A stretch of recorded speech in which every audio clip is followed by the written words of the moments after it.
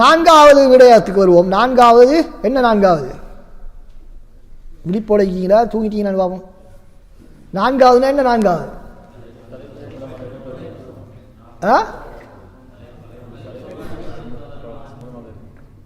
இல்லை, நான்காவது என்னத்தில் நான்காவதுன்னு கேட்குறேன்.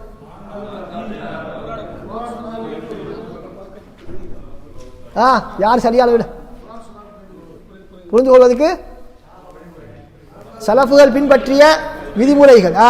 சலஃபுகள் பின்பற்றிய விதிமுறைகள் அதில் நாலாவது விளங்கிச்சா? ஒரு தலைப்பு சம்பந்தமாக இடம்பெறும் அனைத்து ஆதாரங்களையும் கவனத்தில் கொள்ள விளங்கிச்சா?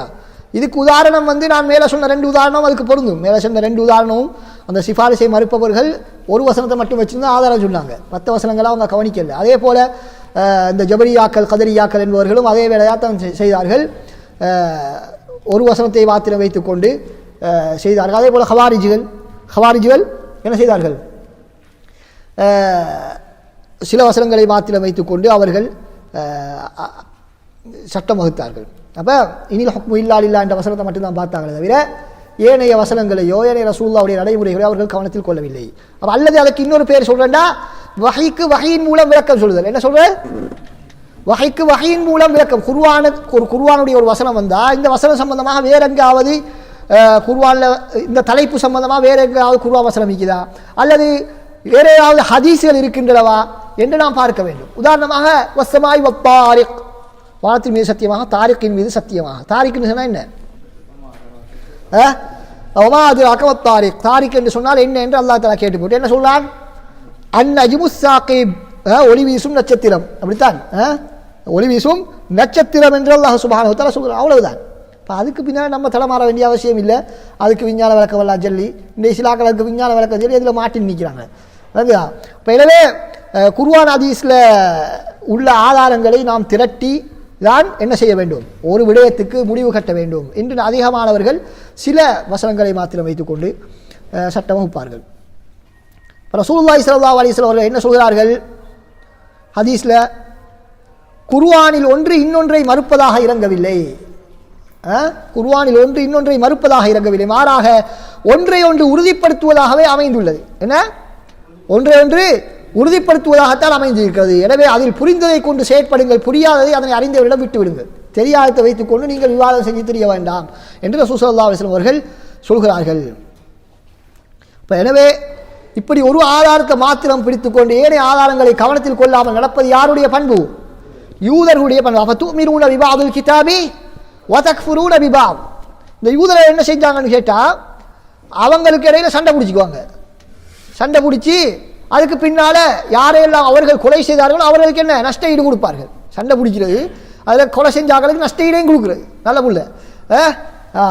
அப்போ அல்லாஹ் தஆலா சொல்றான், அதை என்னடா பண்ணி நஷ்ட ஈடு மட்டும் கொடுக்குற, ஃபஸ்ட்டு கொலை செய்யவான சின்னத்தை செய்யாமல் இருக்குது. முதலாவது நீங்கள் சண்டை பிடிக்க வேண்டாம் என்று நான் சொல்லியிருக்கேன், அதை செய்யாமல் இருந்தது நஷ்ட ஈடு தேவையில்லை, ஒன்றும் தேவையில்லை. அப்போ நீங்கள் நஷ்ட ஈடை மட்டும் கொடுப்பதை மார்க்கமாக பின்பற்றுகிறீர்கள், ஆனால் சண்டை பிடிக்க வேண்டாம் என்று சொன்னதை நீங்கள் என்ன செய்யவில்லை, நீங்கள் கவனத்தில் கொள்ளவில்லை. எனவே அப்படி நாம் செயற்படக்கூடாது.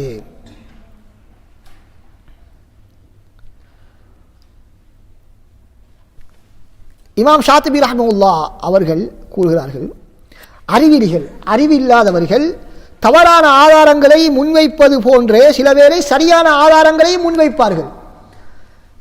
வடிகட்ட கொள்கைக்கு சில வேளை சில ஆதாரங்களை முன்வைப்பாங்க, பொருத்தமே இருக்காது. சில வேளை வைப்பாங்க, ஆதாரம் சரியாத்தான் நீக்கும். விளங்குதா? உதாரணமாக என்ன, ஹவாரிஜிகள் என்ன சொன்னா, இனில் ஹுக்மு இல்லா லில்லாஹ், தீர்ப்பு கொடுப்பது என்பது அல்லாஹ்வுக்கு மாத்திர முடியதுதான் என்பதற்கு இந்த வசனத்தை முன்வைத்தார்கள். அது சரிதான். ஆனால் அவர்கள் என்ன செய்யவில்லை, ஆனால் ஏதாவது ஒரு ஆதாரத்திலும் சுருக்கி கொண்டு ஏனையவற்றை கண்டுகொள்ளாமல் விட்டு விடுவார்கள். அப்போ அந்த வசனத்தை மட்டும் தான் பார்த்தாங்களே தவிர அல்லாஹ் ஏனைய வசனங்களில் மனிதர்களை தீர்ப்பாக எடுக்குமாறு சொன்ன வசனங்களை அவர்கள் என்ன செய்யவில்லை, அவர்கள் கவனிக்கவில்லை. எனவே சில வேளை ஆதாரமே பிழையாக சொல்வார்கள் தமது வாதத்துக்கு, இன்னும் சில வேளை ஆதாரம் சரியாகத்தான் இருக்கும், ஆனால் வேறு மாற்று ஆதாரங்களை அவர்கள் கவனிக்க தவறிவிடுவார்கள், மாற்று ஆதாரங்களை கவனிக்க தவறிவிடுவார்கள். எனவே ஒருவருடைய ஆதாரம் சரியாக இருக்கிறது என்பதை மாத்திரம் பார்ப்பதல்ல நமது கடமை. என்ன கடமை? வேறு ஆதாரங்கள் இதுக்கு முரண்படுகிறதா என்றும் பார்க்க வேண்டும். ஒருவர் கொள்கையை வகுத்து போட்டு ஆதாரம் ஒன்று சொல்றாரு வைங்க, ஆதாரம் ஒன்று சொல்றாரு, பார்த்தா சரியாத்தான் நீக்குது, இப்போ என்ன எங்களோட கடமை? உண்மையிலே இது மட்டும்தான் ஆதாரம், வேறு இது இந்த தலைப்பு சம்பந்தமாக வேறு வசனங்கள் ஏதாவது இருக்கிறதா அல்லது வேறு ஹதீஸ்கள் இருக்கிறதா என்பதை நாம் தேட வேண்டும் அல்லது அறிஞரிடத்தில் கேட்க வேண்டும். இப்படி ஒருத்தர் சொல்கிறார், அதுக்கு இந்த ஆதாரத்தை சொல்கிறாரு, அப்போ இது சரிதானு கேட்டால் அப்போ அவர் சொல்லுவார், இல்லை இப்படி ஒரு ஹதீஸ் இது, அதுக்கு இப்படி தான் விளக்கம், இந்த ஹதீஸ் மாற்றப்பட்ட ஹதீஸ், இந்த வசனம் குர்ஆன் மாற்றப்பட்ட குர்ஆன் வசனம், இப்படின்னு அவர் விளக்கம் சொல்லுவார். விளங்கிச்சா? அப்படி இல்லை, எங்களுக்கு நம்பிக்கையான ஆள் அல்லது எமது இயக்கத்தைச் சேர்ந்த தலைவர் என்பதற்காக வேண்டி அவரை நாம் நம்பினால் மோசம் போயிடுவோம் என்பதை நாம் மறந்துவிடக்கூடாது. எனவே இது முக்கியமான ஒரு விஷயம். யாராவது சில வேளை நிறைய பேர் ஆதாரம் இல்லாமல் சொல்லுவாங்க, அப்போ எங்களுக்கு விளங்கிடுது ஆதாரம் இல்லாமல் சும்மா உளர்றாங்கன்னு நாங்கள் விட்டு போய்த்துருவோம்.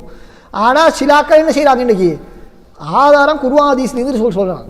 அப்போ இந்த நேரத்தில் நாங்கள் என்ன செய்யணும், உண்மையிலே தேடி பார்க்கணும், அறிஞர்களிடத்தில் அணுகி உண்மையிலே இவ்வளவுதானா, இவர் சொல்கிறது சரிதான ஆதாரம், வேறு ஆதாரங்கள் இருக்கிறது, இந்த வசனத்தினுடைய அறிஞருடைய நிலைப்பாடு என்ன, சஹாபாக்களுடைய நிலைப்பாடு என்ன என்பதை நாம் என்ன செய்ய வேண்டும், தேடி பார்க்க வேண்டும்.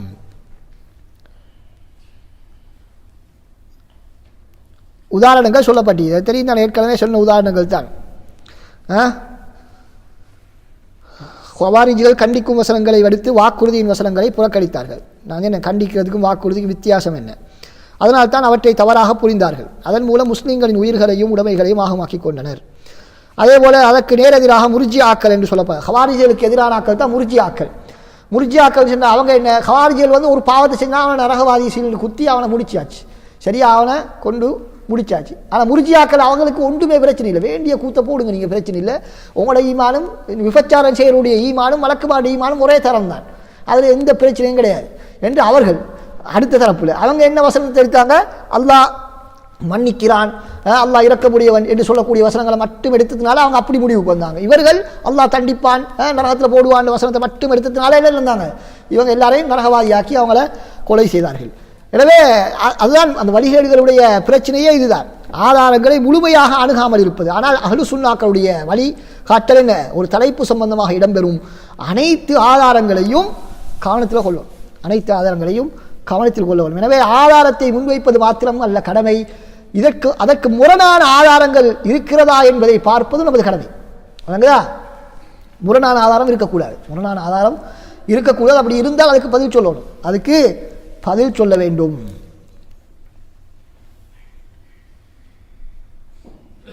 அடுத்த விஷயம் என்ன, அப்ப அஹ்லு சுன்னாக்களுடைய இது முடிஞ்சு.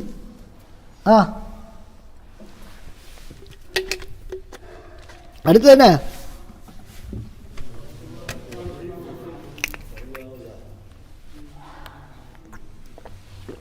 பதில் சொல்லுங்க வாக்கா, உங்களோட இதுவரைக்கும் நீங்க புரிஞ்சு வச்சுருந்து பதில் சொல்லுங்க. சொல்லுங்க சும்மா, சரியானா பிள்ளையானா பிரச்சனை இல்லை. அதனால சலஃபுகள் இல்லை, இந்த காலத்தில் உதாரணத்துக்கு சலஃபுகளுடைய காலத்துலேருந்து நாங்கள் எடுக்கணும், அது வேற விஷயம். இப்போ நாங்கள் கேட்குற குர்ஆன் சுன்னாவை புரிவதற்கு தகுதி, இப்போ ஒரு பிரச்சனை வருது, குர்ஆன் சுன்னாலிருந்து தீர்ப்பு சொல்லணும்.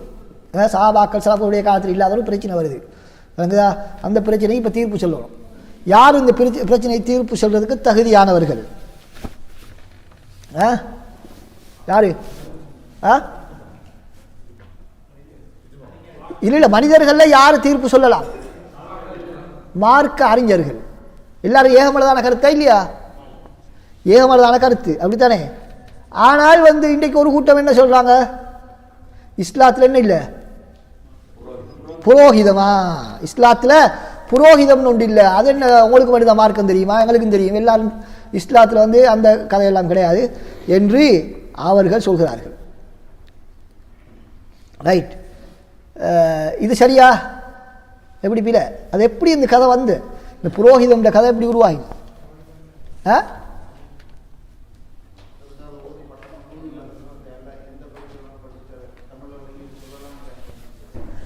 இந்த கதை உருவாகின இது என்ன இவங்க கண்டுபிடிச்ச கதையெல்லாம் இல்லை, இது அந்த கிறிஸ்தவத்தில் 17ஆம் நூற்றாண்டில் கிறிஸ்துக்கு பின்னால் 17ஆம் நூற்றாண்டில் இந்த கிறிஸ்தவ மதத்துக்கு எதிரான பிரச்சாரங்கள் உருவாகின.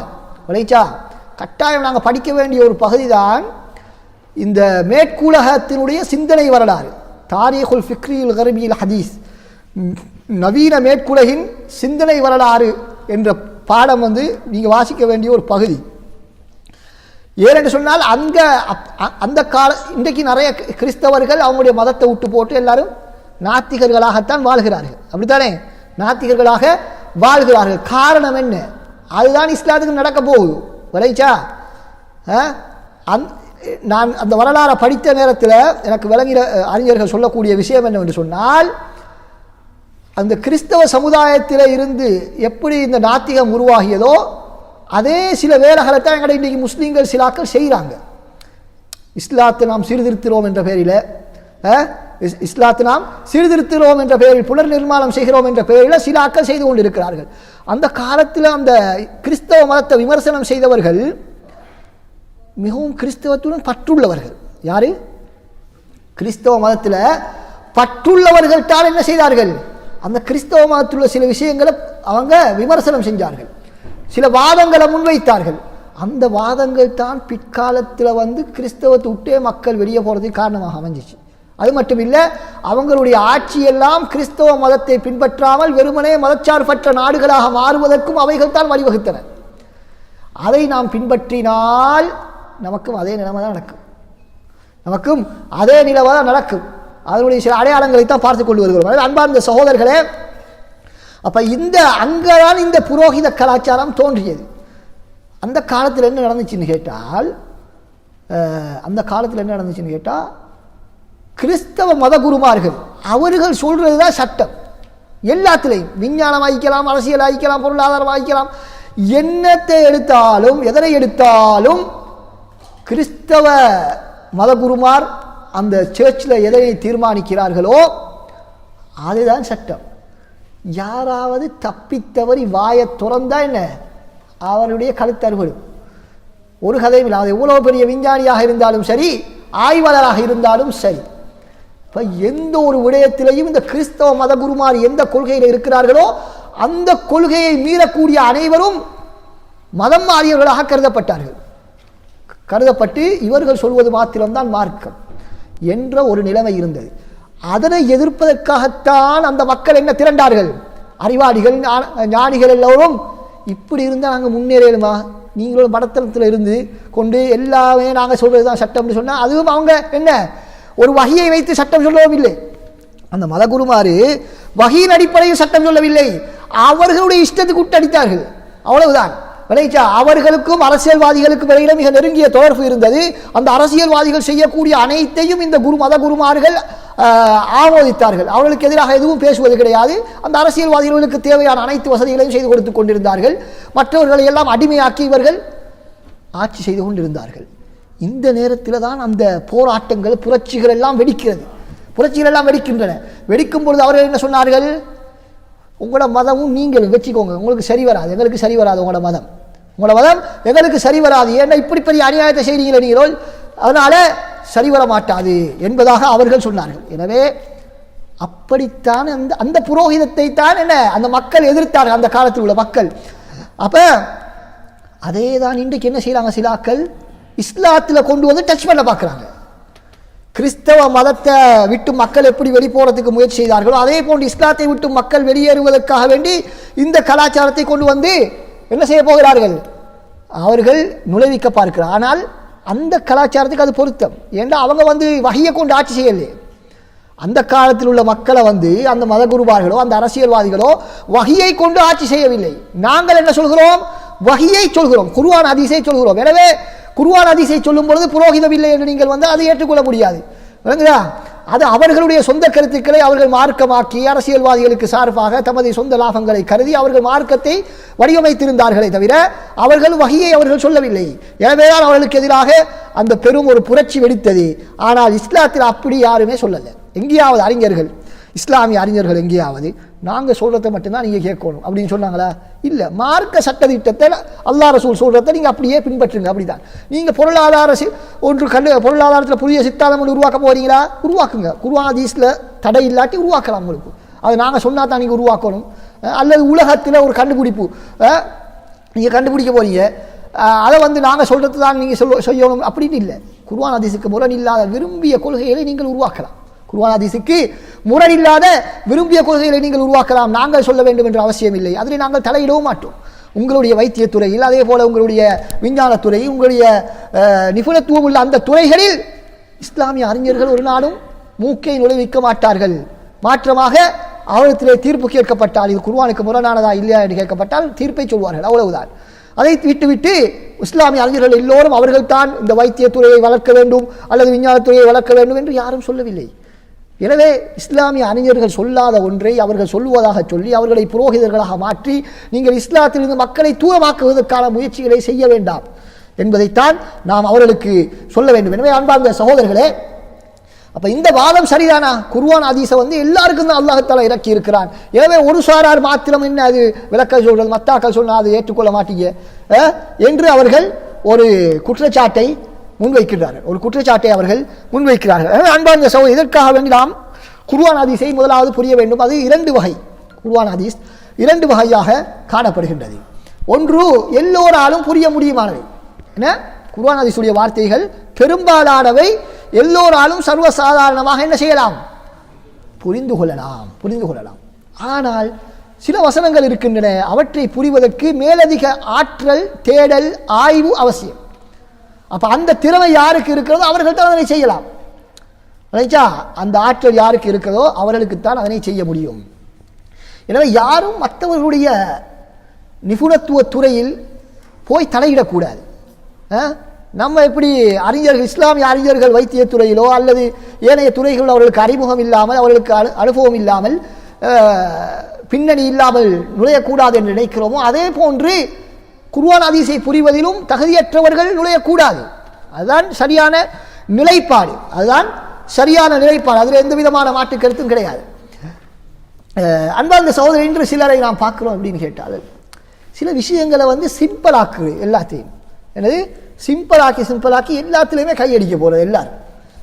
சில மார்க்க அறிஞர்கள், மார்க்கத்தை பேசக்கூடிய அழைப்பாளர்கள் என்ன செய்ய, அவங்களும் வைத்தியத்துறையில் கையடிக்க, அவங்களும் பெரிய வைத்தியர்களாகி முடியுமா? அவர் உண்மையிலே வைத்தியத்துறையை படித்திருந்தால் அது வேறு விஷயம், அது பேசலாம், அதில் மாற்றுக்கிறது கிடையாது. படிக்காதவர்கள் ஓரளவு இன்டர்நெட்டில் 2 ஆர்டிக்கலை வாசித்து போட்டு, ஃபேஸ்புக்கில் 2 ஆர்டிக்கலை வாசித்து போட்டு என்ன அவர் பெரிய விஞ்ஞானி ஆகிடுவார். அது தவறு. எப்படி மார்க்கத்தை படிக்காமல் 2 ஆர்டிக்கலை வாசி போட்டு மார்க் அறிஞர் ஆக முடியாது, அதே போன்று தான் அதுவும். எல்லா துறைகளும் மிக ஆழமானவைகள், ஒவ்வொரு துறையும் ஆழமான துறைகள் என்பதை நான் மறுக்கவில்லை. மார்க்கம் மட்டும்தான் ஆழமான துறை, மற்றெல்லாம் சிம்பிள் விஷயம் அப்படின்னு நாங்கள் சொல்லலை.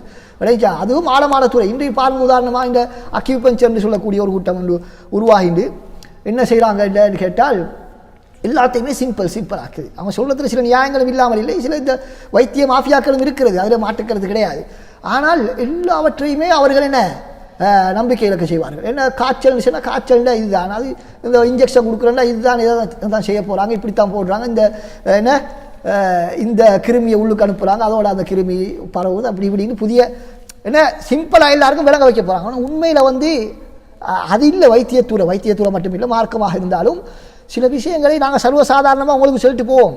ஆனால் உண்மை அதோட நிற்கிறது இல்லை, அதுக்கு பின்னால் ஆழமான விஷயம். உதாரணமாக நான் உங்களுக்கு சொல்கிறேன், உசூல் ஹதீஸ் படிக்கிறேன்னு வைங்களே. உசூல் ஹதீஸில் ஹதீஸுல் ஹசன் சொன்னால் என்ன எனக்கு தெரியுமா? ஹதீஸுல் ஹசன் அப்படின்னா என்ன நாங்கள் சொல்லுவோம்? ஆதாரபூர்வத்தன்மையில் குறைந்தது, ஆதாரபூர்வமானது தான், ஆனால் சஹீஹுடைய அந்தஸ்துக்கு போகாது. ஹசனான தரத்தில் உள்ளது, ஆனால் அமல் செய்யலாம் அப்படின்னு சொல்லுவோம். அதுதான் ஹதீஸுல் ஹசன். உண்மையில் ஹதீஸுல் ஹசன் அதுதானா? ஹதீஸுல் ஹசன் அதில் பெரிய விளக்கம் இருக்குது. எங்களோட உஸ்தாத் ஒன்று எழுதுகிறாரு, 5 ஒலியும் ஹதீஸுல் ஹசன் சம்பந்தமாக 5 ஒலியும். இப்போ நாங்கள் அதை எத்தனை வரியில் படிக்கிற? 2 வரியில் படிச்சுட்டு போய்த்து நான் உசூல் ஹதீஸ் படிச்சுட்டேன் அப்படின்னு சொல்லலாமா? சொல்ல முடியாது. அது ஒரு தெளிவுக்காக வேண்டி நான் படிக்கிறேன். அதில் போய் என்ன நாங்கள் என்ன அதில் தீர்ப்பு சொல்ல போகக்கூடாது. அதை மாதிரித்தான் இந்த வைத்தியத்துறையோ எந்த ஒவ்வொரு துறைகளும் அது மிக ஆழமான விஷயங்கள். ரைட்டா? அதை நாங்கள் ஒரு ஆர்டிக்கல் 2 ஆர்டிக்கலையோ படித்து போட்டு அதுக்கு அவனை பிழை பிடிச்சினீங்க. உண்மையிலே நாங்கள் படித்து பெரிய ஆய்வுகள் செஞ்சு பல வருடங்கள் அதில் செலவழித்ததுக்கு பின்னால் பிழை பிடிச்சா ஓகே, நோ ப்ராப்ளம். அப்படி இல்லாமல் செய்ய முடியாது. அடுத்த விஷயம் என்னன்னு கேட்டால், இமாம் இப்னு ரஜப் ரஹிமஹுல்லாஹ் அவர்கள் சொல்கிறார்கள், யாருமே நீங்கள் எல்லோரும் வைத்தியத்துறை படிக்காத ஒருத்தர்கிட்ட போய் நீங்கள் வைத்தியம் செய்கிறா? இல்லை, வைத்தியம் செய்கிறது கிடையாது. ஒரு கட்டிட நிர்மாணத்துறையில் அனுபவம் இல்லாத ஒருத்தர்கிட்ட போய் நீங்கள் உங்களை வீட்டை கட்ட சொல்லி சொல்ல மாட்டீங்க, ஒரு கட்டிடத்தை கட்ட சொல்லி சொல்ல மாட்டீங்க. ஒரு பொருளாதாரத்தில் அல்லது கணக்கு வழக்கில் திறமை இல்லாத ஒருத்தர்கிட்ட போய் எங்களை கம்பெனியில் அக்கௌண்ட்டை கொடுக்க மாட்டோம், அப்படித்தானே? ஆனால் மார்க்கத்தை மட்டும் என்னடா எல்லார்ட்டையும் எடுக்கிறீங்களோ என்று இமாம் இப்னு ரஜப் ரஹிமஹுல்லாஹ் அவர்கள், நான் சொல்லவில்லை, இமாம் இப்னு ரஜப் ரஹிமஹுல்லாஹ் அவர்கள் சொல்கிறார்கள். அப்போ இந்த மார்க்கத்தில் இவர் எந்த மதரசாவை வைத்து படிக்கவும் இல்லை, இவருக்கு அரபும் தெரியாது, அல்ல அரபு தெரிஞ்ச ஒரு சாதாரண தெரியும், அதில் அவர் பெருசாக ஈடுபாடும் இல்லை. காலையிலிருந்து அந்தி படம் பார்த்தா ஆஃபீஸில் அணுகிறார், அவரோட வேலையை செஞ்சு, இப்படி அறிஞர்களுடைய எந்த தொடர்பும் கிடையாது, புத்தகம் வாசிக்கிறதும் கிடையாது, இப்படி ஒன்றுமே இல்லை. திடீர்னு கேட்டால் மட்டும் இன்டர்நெட்டில் அடியே பதிலை சொல்கிறாரு. அப்போ இது எப்படி அது சாத்தியமாகும்? சாத்தியம் இல்லை. எனவே அன்பார்ந்த சகோதரர்களே, எப்படி உலகத்தினுடைய ஏனைய துறைகளில் நாம் துறைசார் அறிஞர்களை மதிக்கிறோமோ அதே போலதான் மார்க்கத்திலும் துறைசார் அறிஞர்களிடத்திலே நாம் அறிஞர்கள், மார்க்க அறிஞர்கள் கூட எல்லோரும் ஒரே தரத்தில் உள்ளவர்கள் அல்ல. சிலர் ஃபிக்ஹ் துறையில் தேர்ச்சி பெற்றிருப்பார்கள், அவருக்கு ஹதீஸ் துறையில் அனுபவம் இருக்க மாட்டார். அப்போ எனவே அவர்கிட்ட போய் ஹதீஸ் துறையை பற்றி கேட்கக்கூடாது. ஹதீஸ் துறையில் அனுபவமிக்கும் சில ஆக்களுக்கு ஃபிக்ஹ் துறையில் அனுபவமிக்கும், சில ஆக்களுக்கு தஃப்சீர் துறை, இப்படி ஒவ்வொருத்தரும் ஒவ்வொரு துறையில் தேர்ச்சி பெற்றிருப்பார். அப்போ எந்த துறையில் அவர் தேர்ச்சி பெற்றிருக்கிறார் என்பதை நாம் தேடி ஆய்வு செய்து தான் அவரிடத்திலே மார்க்கத்தை கற்க வேண்டுமே தவிர எல்லாவற்றையும் எல்லாரும் கற்க முடியாது. எனவே அன்பார்ந்த சகோதரர்களே, இதில் மிக நாம் கவனமாக இருக்க வேண்டும். அதனால தான் அல்லாஹ் தஆலா குர்ஆன் என்ன சொல்கிறான்? ஃபஸ்ஸலு அஹ்ல ஸிக்ரி இன் குன்தும் லா தஅலமூன். இதிலே இருந்து எங்களுக்கு தெளிவாக விளங்குகிறது, ஒரு படித்த கூட்டமும் பாவலர்கள் கூட்டம், ரெண்டு கூட்டம் சமூகத்தில் இருக்கிறார் என்பதை இந்த வசனம் எங்களுக்கு திட்ட தெளிவாக எங்களுக்கு உணர்த்துகிறது. அதனால தான் இஸ்லாமிய வரலாற்றில் என்ன அறிஞர்கள் தக்லீதை பற்றி பேசுகிறார்கள். இஸ்லாமிய வரலாற்று அறிஞர்கள் என்ன தக்லீதை பற்றி பேசுகிறார்கள்.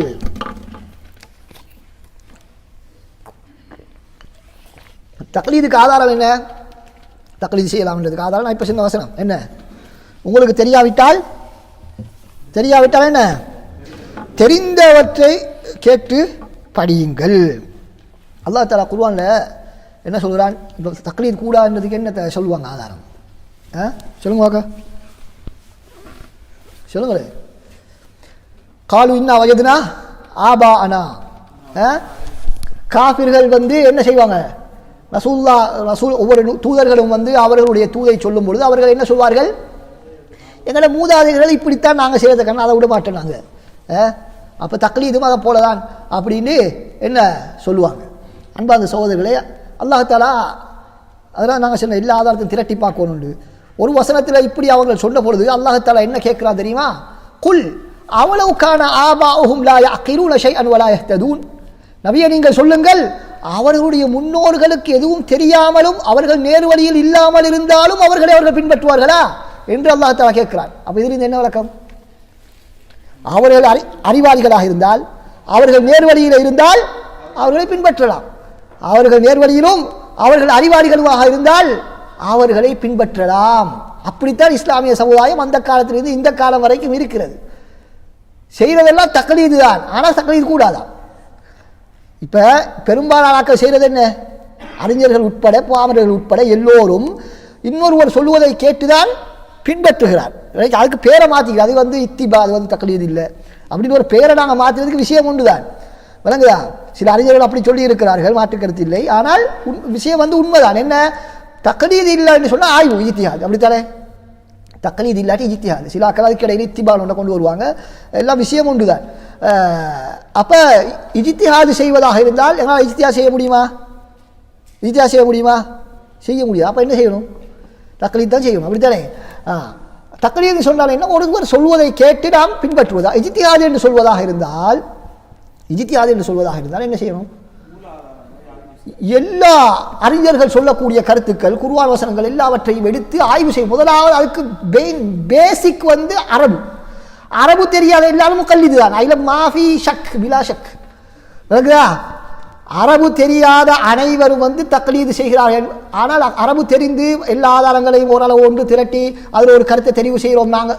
உதாரணமாக உலமாக்களை போன்று அவர்களுக்கு ஒன்றா இத்திபான்னு சொல்லலாமே தவிர பொதுமக்களுக்கு ஒரு காலமும் சொல்ல முடியாது. இந்த அரபு தெரியாதவர்களுக்கு அதனை சொல்வது சாத்தியமே கிடையாது. ஏன் தெரியுமா? மொழிபெயர்ப்பை பார்க்கறது தானே. மொழிபெயர்ப்பை பார்ப்பதே தக்லீத், அப்படியா இல்லையா? நீங்க மொழிபெயர்ப்பை பார்த்தாலே தக்லீத் தான் செய்றீங்க.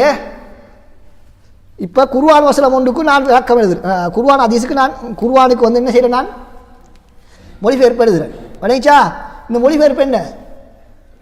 குர்ஆனிலிருந்து நான் விளங்கினது, அப்படித்தானே?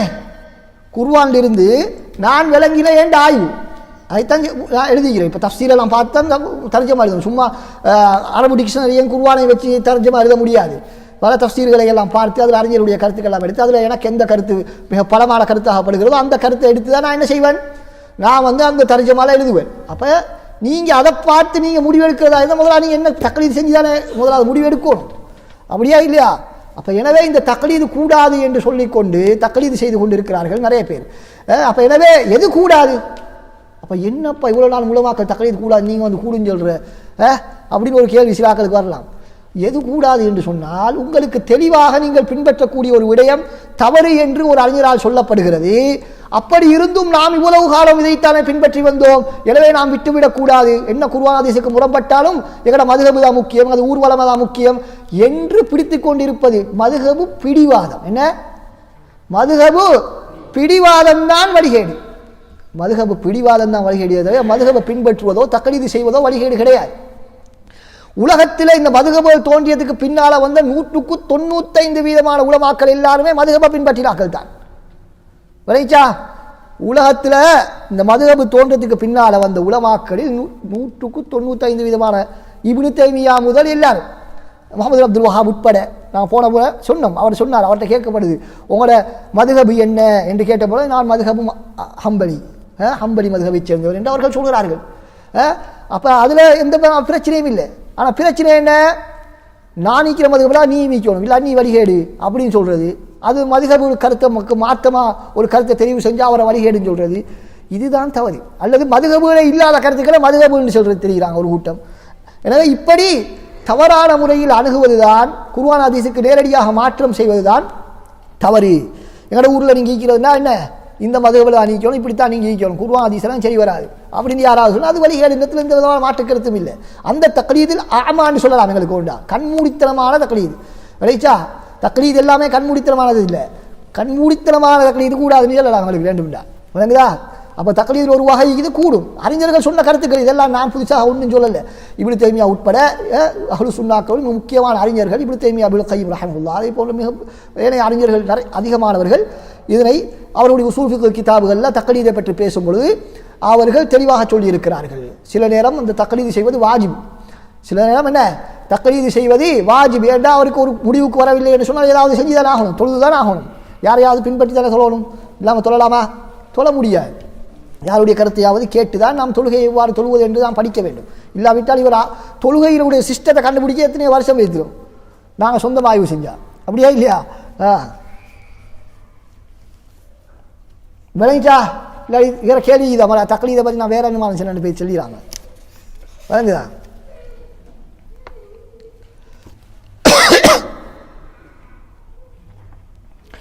இப்போ நாங்கள் அடுத்த விடயத்துக்கு வருவோம். மாஷா டைமில் நல்ல பரக்கத் போலைக்கு.